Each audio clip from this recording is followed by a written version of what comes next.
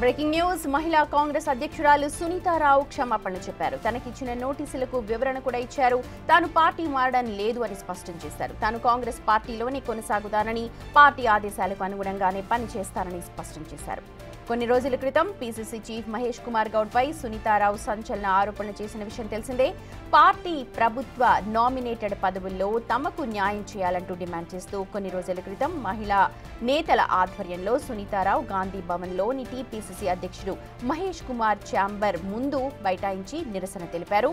Assembly ఎన్నికల సమయంలో party గెలుపు కోసం మహిళా కాంగ్రెస్ తీవ్రంగా శ్రమించిందని, ప్రభుత్వం ఏర్పడి ఏడాదిన్నర కావస్తూ ఉన్నా పార్టీ అలాగే ప్రభుత్వ నామినేటెడ్ పదవుల విషయంలో మహిళలకు కాంగ్రెస్ పార్టీ అన్యాయం చేస్తోందంటూ ఆమె తీవ్ర స్థాయిలో ఆరోపించారు.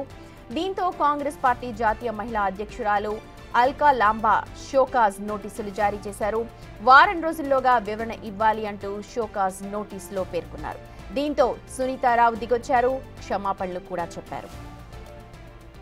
సో గతంలో అంటే మొన్న 14వ తారీఖు జరిగిన ఇష్యూ పైన మాట్లాడుతూ మా చెల్లెళ్ళు అక్కడ అసంతృప్తితో అక్కడ కూర్చోవడం జరిగింది.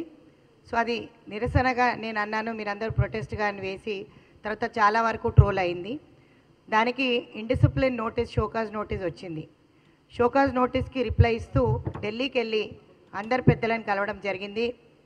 పీసీసీ అధ్యక్షులతో పాటు నేషనల్ అధ్యక్షురాలు అల్కా లంబాతో పాటు మీనాక్షి నటరాజన్ గారితో కూడా ఏఐసీసీ ఇన్ఛార్జ్ గారితో మాట్లాడడం జరిగింది.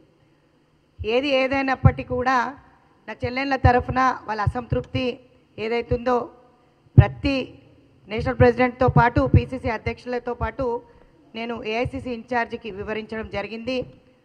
రాబోయే కాలంలో తగిన ప్రాధాన్యత ఇస్తూ వాళ్ళందరికీ కూడా న్యాయం చేస్తానని మాట ఇచ్చారు.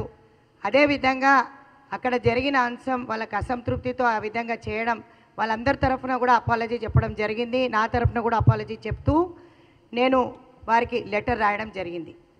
సో గతంలో